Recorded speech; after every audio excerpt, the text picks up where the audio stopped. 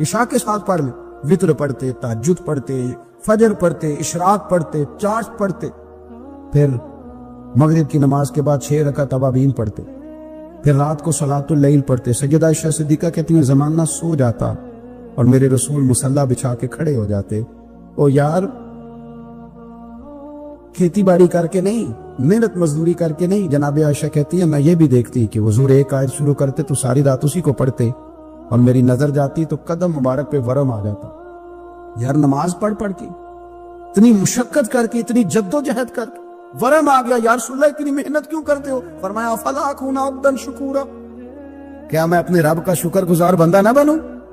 صحابہ کا ذوق عبادتوں کا، ریاضتوں کا، تلاوتوں کا، طبیعتیں ان کی، وہ ایک دوسرے کو، حضرت مولا علی شیر خدا کرم اللہ تعالیٰ وجہہ الکریم کے زمانے میں روم کے بادشاہ نے کہا یار یہ مسلمانوں کا پتہ تو کرو، یہ آخر کیوں اتنے زیادہ مجاہد ہیں؟ اس زمانے میں جاسوس بھیجنے کا مزاج تھا، اب تو جاسوس پکڑا جاتا ہے، اب تو جاسوس ہے، اور جاسوسی کا شوق ویسے آج بھی ہے۔ عرض کروں تھوڑی سی بات ہے سلمان سے، پتہ ہے کیا ہمارا مسئلہ ہے؟ ہم جہاں جاتے ہیں نا وہاں تھوڑی خوشبو سونگنے کی کوشش کرتے ہیں، وہ کیا ہے تو یہ کیا ہے تو ادھر کیا ہے تو تھوڑا سا ادھر کیا ہے۔ میرے رسول پاک پڑھیے درود شریف، سارے پڑھیے ذرا زور سے، صلی اللہ تعالی۔ نبی پاک علیہ السلام نے فرمایا جاسوسی نہ کرنا ورنہ تم بندوں کو خراب کر دو، اور فرمایا اس طرح نہ ہو کہ تم کسی کے آپ کھول نہ نکلو تو تمہارے پہلے کھول جائیں۔ یہ جو ذوق ہے نا یہ ختم کریں، چھوڑیں، مطلب آپ کس چکر میں پڑے ہوئے، اتنی زیادہ توجہ کرنے کی کیا ضرورت؟ نے کام سے کام رکھی، اس میں بندہ تھوڑا سا نا آسان رہتا ہے۔ یہ جو بہت زیادہ ٹٹولنے والے لوگ ہوتے ہیں نا وہ بےچارے پھر عمر ٹٹولتے ہی گزار دیتے ہیں، اس لیے کہ مزاج ہی بہت پکا ہے، بوری کا منہ کھول کے اندر تک ہاتھ ڈالنا، تو پھر کئی دفعہ سامنے سے پچھو بھی لڑ جاتا ہے، خرابی ہوتی۔ تو جاسوسی کی جاتی تھی، اس نے بھی جاسوس بھیجے، کیونکہ قبیلوں کے لوگ تھے، کچھ مسلم کچھ کافر، پہچانے نہیں جاتے تھے لوگ، تو کچھ لوگ اس نے بھیجے، انہوں نے آ کے نا تحقیق کی، ریسرچ کری کہ آخر ماجرا کیا ہے، تو واپس جا کے انہوں نے رپورٹ دی نا روم کے بادشاہ کو۔ اس رپورٹ کا ایک جملہ بڑا شاندار ہے، وہ کہنے لگا بادشاہ ہمیں مسلمانوں کی کوئی سمجھ نہیں آئی، ہمیں کوئی سمجھ نہیں آئی۔ انہوں نے کہا کیوں نہیں سمجھ آئی؟ کہنے لگے یار عجیب بندے ہیں، جب رات مسلح پہ بیٹھتے ہیں تو یوں لگتا ہے ان کا دنیا سے رشتہ ہی کوئی نہیں، کوئی کسی کو نہیں جانتا، کوئی اپنے دکھ سنا کے رو رہا ہے، کوئی اپنی بات کر کے رو رہا ہے، لگتا ہے کہ ان کا کوئی رشتہ ہے ہی نہیں جب مسلح پہ بیٹھتے ہیں۔ اور فرمایا جب سویرے یہ جہاد کرنے نکلتے ہیں تو لگتا ہے ان سے زیادہ دلیر ہی کوئی نہیں، حالانکہ جو مسلحوں پہ رونے دھونے کے لوگ ہوتے ہیں وہ کئی دفعہ جہاد میں کام نہیں کرتے، لیکن عجیب لوگ ہیں کہ رات کے راہب ہیں، دن کے مجاہد ہیں، کوئی سمجھ نہیں آتی۔ میرے عزیز، ان لوگوں نے مسلح آباد کر کے رکھا، تلاوتیں ان کا ذوق رہی، منظر روز پڑھنا، اسباق پڑھنا، وظائف پڑھنا، یہ ان کا ذوق رہا۔ سیانے سیانے بندے نا، سیانے سیانے بندے، پیار ہو جاتا ہے نا، جب پیار، نبی پاک کبھی کبھی ناراض ہو جاتے نا تو حضرت عمر بڑا دلیر بندہ ہے نا، اپنے گھٹنے زمین پہ رکھ لیتے، یہ سیاہ میں ملے گا آپ کو، سیاست گھٹنے زمین پہ رکھتے، پھر یہ کونیاں زمین پہ رکھتے، اور کونیاں دونوں زمین پہ رکھ کے نا یوں ہاتھ باندھتے، ایسے کونیاں نیچے رکھ کے نا دونوں ہاتھ باندھتے، اور پھر کہتے رضیت باللہ ربا وبالاسلام دینا وبسیدنا محمد نبی و رسولا صلی اللہ علیہ، رو پڑتے۔ حضور کسی سے ناراض ہوتے، کسی اور سے، تو عمر گھٹنے زمین پہ رکھتے، پھر کونیاں رکھتے، پھر ہاتھ باندھتے، کہتے سونیا میں بڑا راضی ہوں کہ اللہ میرا رب ہے، حضور ہم بڑے راضی ہیں کہ اسلام ہمارا دین، حضور بڑے راضی ہیں کہ آپ ہمارے رسول ہیں، اسلام ہمارا، حضور ہم بڑے راضی، حضور ناراض نہ ہونا۔ تو نبی پاک نا بڑے ناراض ہوتے تو عمر کی ادا دے کے ہنس پڑتے، حضور ہنس پڑتے، اور حضور فرماتے عمر تو اس طرح کا تو نہیں تھا نا، وہ تو بڑا تگڑا بندہ تھا دلیر، اس طرح کا تو نہیں تھا نا۔ تو پھر عمر روتے، کہتے سونیا میں اس طرح کا نہیں تھا، پر پیار جو ہو گئی، محبت جو ہو گئی، اب کدھر جاؤں گا، اے عشق تیرے صدقے، اے عشق تیرے صد جلنے سے چھٹے سستے، جو آگ بجھا دے گی وہ آگ لگائی۔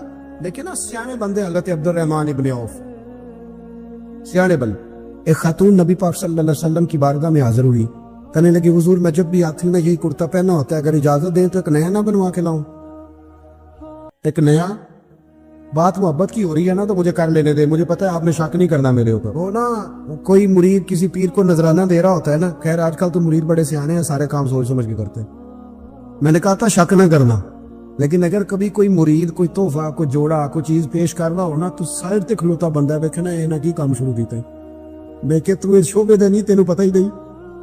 آپ میری بات کو سمجھ رہے؟ نبی کریم صلی اللہ علیہ وسلم نے تحفہ پیر کے لیے منع ہے کہ وہ لالچ نہ کرے, وہ تباہی نہ کرے, اپنا کلیجہ خراب نہ کرے. لیکن بی بی نے کہا حضور ایک کرتا بنا کے لاؤ, اور شارعین کہتے ہیں زیادہ بی بی امیر بھی نہیں تھی وہ بھائی, لے آؤں. اس کا پیار دیکھا نا تو مدینے والے رسول کہنے لگے لے آ. آپ بات کو سمجھے, کچھ تحفوں میں خلوص ہی بڑا ہوتا ہے, واپس کیسے کریں گے آپ؟ وہ تو بات بڑی دور نکل جاتی. حضور نے فرمایا لے آ. وہ کہتے ہیں میں نے بڑے پریم سے, پنجابی میں کہہ دوں تو بڑی ریجنل, وہ کہتے ہیں میں نے کرتا بنایا, اس پہ کچھ میں نے کام بھی کیا, اور پلیٹ میں رکھ کے تھال میں لے کے بی بی آزم, بخاری میں موجود ہے. اور جب وہ آئی نا رسول کائنات صلی اللہ علیہ وسلم نے اس کی آنکھیں دیکھی تو فرمایا پہن کے دکھاؤں؟ اس نے کہا نہیں. حضور فرمانے لگے پہن کے دکھاؤں؟ کہنے لگی حضور کرم ہو جائے تو بڑی بات ہے. سرکار اسی وقت اندر گئے, پرانا کرتا اتارا اور نیا پہنا, اور جب لے کے آئے نا تو بیچاری کچھ نہیں بولی, آنکھوں میں آنسو آتے. میری خدمت جو قبول ہو گئی, میری خدمت جو قبول ہو گئی, میرے اوپر کرم ہو گیا. وہ روئی. حضور نے بڑا پسند کیا کرتا. وہ بی بی چلی گئی. شارحین کہتے ہیں وہ کوئی اور صحابی نہیں, حضرت عبد الرحمن ابن عوف تھے. حضرت عبد الرحمن ابن عوف عشرہ مبشرہ صحابی, وہ شان والے شخص جن کے پیچھے حضور نے نماز ادا فرمائی, اور اتنے مالدار کے مدینے میں سب سے مالدار بندہ. حضرت عبد الرحمن ابن عوف فرمانے لگے حضور کو دیکھ کے یا رسول اللہ بڑی پیاری لگ رہی ہے کبھی. حضور کیا بات ہے یا رسول اللہ, کمال ہو گئی, میں نے تو اس طرح کا رنگ روپ دیکھا ہی نہیں کبھی. کرتے کا جو آج یہ آپ کے ساتھ لگ کے یہ کرتا رنگ روپ اختیار کر گئے, کیا بات ہے حضور. اب کو زیادہ تعریف کرے تو مطلب کیا ہوتا ہے؟ کیا مطلب ہوتا ہے؟ آپ تو سیانے بندے ہیں نا جی, کیا مطلب ہوتا ہے؟ اللہ اکبر. تو وہ خاتون نہ دے گئی, چلی گئی. حضرت عبد الرحمن نے بڑی تعریف کی تو حضور فرمانے لگے تجھے چاہیے؟ تو ہاتھ پڑے, کہنے لگے سونے مہربانی ہو جائے تو پھر تو بڑی بات ہے. میں نے تو بڑی جم کے تعریف کی. سرکار اندر گئے, وہی کرتا جو اتارا تھا دوبارہ پہنا, یہ کرتا لے کے باہر آیا. حضرت عبد الرحمن ابن عوف کا دیا. سرکار حجرے میں چلے گئے. صحابہ بول پڑے, کہنے لگے عبد الرحمن سیانا بندہ یار تھے, تجھے پتہ ہے حضور کے کرتے کو پے بندے لگے ہوئے, اگر کرتا آ ہی گیا تھا تو تو نے فوراً رکھ لیا, مانگ لیا, تعریف کرنے لگا, تجھے پتہ ہے سرکار انکار نہیں کرتے. جناب عبد الرحمن ابن عوف رو پڑے. حضور نے کہا تو پکا جنتی ہے, عشرہ مبشرہ سے آپ رو پڑے. فرمانے لگے میرے دوستو تمہارا کیا خیال ہے, میں نے پہننے کے لیے لیا تو کس لیے لیا ہے؟ رو پڑے, آنکھیں آنسوؤں سے بھر گئی. کہنے لگے داڑھی سفید ہونے لگی ہے, وقت قریب آنے لگا ہے, میں نے تو کرتا اس لیے لیا ہے کہ میں اپنے گھر والوں کو وصیت کروں گا کہ جب میں مر جاؤں تو نبی پاک کے اس کرتے میں مجھے کفن دے. میں نے تو کفن کے لیے لیا ہے, کفن کے لیے, کفن کے لیے. لوگوں نے بڑی کمائیاں کی ہوتی ہیں نا, کچھ لوگوں کے پاس کوئی کمائی نہیں ہوتی. بعض رشتہ دار قریبی پوچھتے ہیں کہ زندگی بیت گئی کمایا کیا ہے؟ کہنا پڑتا ہے میں اپنی حیاتی تو قربان تھی ماں, بس محمد پکیندے گزر گئی, بس محمد پکیندے گزر گئی, تے حد نال احمد صدیندے گزر گئی. بیدم شبارسی کہتے ہیں جب میں قبر میں جاؤں گا نا, میں مروں گا تو فرشتے آئیں گے میری قبر میں اور آ کے ٹٹولیں گے, کفن ٹٹولیں گے, مرنے کے بعد کفن ٹٹولیں گے, پتہ کریں گے بھلا یہ کیا لے کے آئے. تو بیدم شبارسی کہتے ہیں پسے مردن فرشتوں نے جو تلاشی لی تو کیا نکلا, فقط ایک دل کے گوشے سے خیال مصطفیٰ نکلا. دیکھو گے رنگ کیا ہے صحابہ کی محبت. حضرت انس بن مالک کہتے ہیں میں کھڑا تھا تو ایک شخص آیا, یہ بخاری ہے, یہ نہ کہنا کہ مولوی خطیب کہتے ہیں کہ زیادہ عمل نہ بھی کرو محبت کرو. یہ بات آپ نے بڑے وثوق سے سننی ہے, یہ میں نے بڑی ضروری سمجھی آپ کو سنانا. بخاری ہے بخاری. انس بن مالک فرمانے لگے ایک شخص نے آ کے کہا حضور قیامت کب آئے گی؟ تو حضور نے فرمایا تیری تیاری کیا ہے؟ کہنے لگا حضور نہ زیادہ نفل, نہ زیادہ تلاوتیں, نہ زیادہ سجدے, فرض پڑھتا ہوں, حقوق کا خیال رکھتا ہوں, پر کوئی کثرت نہیں. حضور نے فرمایا قیامت کا کیوں پوچھ رہے ہو؟ اور کرنے لگا حضور ایک شے پڑی پکی میرے پاس ہے. فرمایا وہ کیا؟ کہنے لگا خدا سے بھی پیار کرتا ہوں, محمد مصطفیٰ سے بھی پیار کر. پکی میرے پاس پکی شے ہے. ہر عمل کی جزا ہوتی ہے, اس کا ثواب ہوتا ہے. حضور نے ثواب بیان کیا, ثواب نبی پاک نے بیان کیا. حضور فرمانے لگے رب رسول سے پیار کرتے ہو؟ یا رسول اللہ ہاں. حضور رزلٹ کا اعلان کرنے لگے. صحابہ کہتے ہیں کان کھڑے ہو گئے. نبی پاک فرمانے لگے سن پھر تو جس سے محبت کرتا ہے نا قیامت کے دن اس کے ساتھ مل کے جنت میں جائے. حضرت انس بن مالک رضی اللہ تعالیٰ عنہ فرماتے ہیں وہ تو چلا گیا. میں نے فٹافٹ عرض کی. میں نے کہا حضور پہ ایک بات میں بھی کر لوں. حضور نے فرمایا کرو. عرض کی حضور مجھے خدا سے بھی پیار ہے, مصطفیٰ کریم سے بھی پیار ہے, مجھے ابو بکر سے بھی بڑا ہی پیار ہے, مجھے عمر سے بھی بڑا پیار ہے. تو حضور فرمانے لگے اس کوئی مسئلہ نہیں, چاروں مل کے اکٹھے جنت میں جائیں گے, اکٹھے جائیں گے انشاءاللہ تعالیٰ, اکٹھے جائیں گے. حضرت انس بن مالک اب حضرت انس بن مالک رزلٹ سناتے. فرماتے ایک اس دن خوشی ہوئی تھی جس دن کلمہ پڑھا تھا, ایک اس دن خوشی ہوئی جس دن مدینے والے رسول مدینے میں آ گئے, اور ایک اس دن خوشی ہوئی جس دن نبی پاک نے فرمایا جو جس سے پیار کرے گا جنت میں اس کے ساتھ ہی مل کے داخل ہو. آؤ کبھی کبھی نا فضائل سنا کریں نبی پاک, رات کو نا سرکار کی شانیں سن کے سویا کریں, پیار کریں. کہیں بھی کوئی حضور کی عظمت کی بات سنا, معراج کی بات سنے, نعت سنے, اپنے بچوں کے کانوں میں حضور کے تذکرے سناؤ. انہیں کہ پتر آج کچھ نہیں کرنا, آج صرف مدینے والے پہ درود و سلام پڑھنا. آپ کو بتاؤں کچھ نشے انسان کو ٹھنڈا کر دیتے, سکون دیتے, اور وہ نشے کون سے ہیں؟ وہ سارے محبت کے نشے. اگر حضور سے پیار کرو گے نا تو یقین کرو رات کو تمہیں کتابیں بلائیں گی کہ یار مجھے پڑھ, میرے اندر تیرے نبی کی شان لکھی ہوئی. آپ کو تقریریں بلائیں گی کہ آؤ میرے پاس آؤ. کبھی کبھی نا ویسے پیار کرے, کبھی مسواک سے کر لیا, کبھی سرمے سے کر لی, کبھی پگڑی سے کر لیا, کبھی کبھی شوق پیدا کرے. درود پاک پڑھ, محافل میں جائیں, اپنے بچوں کو نا نعتیں سکھائیں, انہیں کہیں کہ کبھی کبھی نا سرکار کے نام پہ مست ہونا چاہیے, محبت کو فروغ دیں. آپ یقین کریں کبھی کبھی بڑا ہی مزہ آتا, کبھی کبھی بڑا ہی. میں بس میں بیٹھا تھا, میرے بالکل آگے ایک آدمی بیٹھا تھا, ساتھ والے کو سمجھا رہا تھا یا رسول اللہ نہیں کہنا چاہیے. اس نے بڑا لیکچر دیا, تھے بھی وہ آپس میں. میں نے بات کرنی چاہیے تو کہنا جی ساڈا آپس دا مسئلہ ہے. وہ جو ہمارا ہم ذہن تھا وہ بھی کہنے لگا جی ساڈا آپس دا مسئلہ تسی نہ بولو. اب وہ جو سمجھانے والا تھا اس کی عمر زیادہ تھی, جس کو سمجھا رہا تھا اس کی تھوڑی تھی. یہ چیزیں کبھی کبھی مجھے بڑا غصہ آ رہا تھا کہ یار میری مداخلت بھی پسند نہیں کر رہے ہیں بھی آپس میں, کریں تو کیا کریں. اس نے بڑا لیکچر دیا اور اینڈ آ گیا, اترنے کا وقت آ گیا, بات ختم ہونے لگی. وہ بچہ نا جی کرنے لگا. میں بھی تھوڑا پریشان تھا کہ کہیں اس کا قائل تو نہیں ہو گیا. اور جب اترنے لگا نا, اٹھ کے کھڑے ہوتے ہیں نا, کبھی وزن دے کے کبھی بیٹھتے ہیں, تو کرسی تو اٹھنے سار کہندا یا رسول اللہ مدد. وہ ساری ماحول جو تھی نا یا رسول اللہ مدد, وہ جو بڑی دیر سے دلیلیں دے رہا تھا نا, وہ آندا ہے تو تے خیر کر چڑی, کہندا تو لگو رہو نا میں تے انجی کہنے رہو یا رسول اللہ مدد. یا رسول اللہ کیا کہتے ہیں اعلی حضرت, مثل فارس زلزلے ہو نجد لے, یا رسول اللہ کی کثرت کی تھی, یا رسول اللہ کی